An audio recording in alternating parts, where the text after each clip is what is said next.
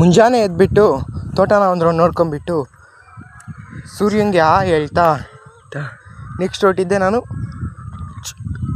ಕುರಿಗಳನ್ನ ನೋಡೋಕ್ಕೆ. ಕುರಿಗಳು ಗೊಂತೆಲ್ಲ ಖಾಲಿಯಾಗಿತ್ತು, ಮೇಕೆಗಳು ಗೊಂತಲ್ಲಿ ಮೇವಿಲ್ದಲೇ ಓಡಾಡ್ತಾ ಇದ್ವು. ನೆಕ್ಸ್ಟ್ ಹೊರಟಿದ್ದೆ ಬಣವೆ ಕಡೆ. ಅಲ್ಲಿ ಪಟ ಅಂತ ಹುಲ್ಲಿರಿದು ಟಕ ಅಂತೇಳಿ ತೆಕ್ಕೆ ಮಾಡಿಕೊಂಡು ನೆಕ್ಸ್ಟ್ ಹೊರಟಿದ್ದೆ. ಕುರಿಗಳಿಗೆ ಮೇವಿಗೆ ಗೊಂತಾಕ್ಬಿಟ್ಟು ಗೊಂತಿಗೆ ಮೇವು ಹಾಕ್ಬಿಟ್ಟು ನೋಡಿದೆ. ಒಂದು ಸೆಕೆಂಡು ನಮ್ಮ 2 ತುಂಟು ಮರಿಗಳನ್ನ ಎತ್ಕೊಂಡ್ಬಿಟ್ಟು ಮುದ್ದಾಡಿಬಿಟ್ಟು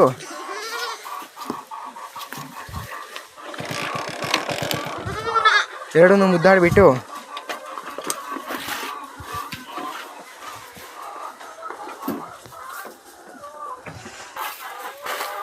ನೆಕ್ಸ್ಟ್ ಹೊರಟಿದ್ದೆ ಹಸುಗಳ ಕಡೆ.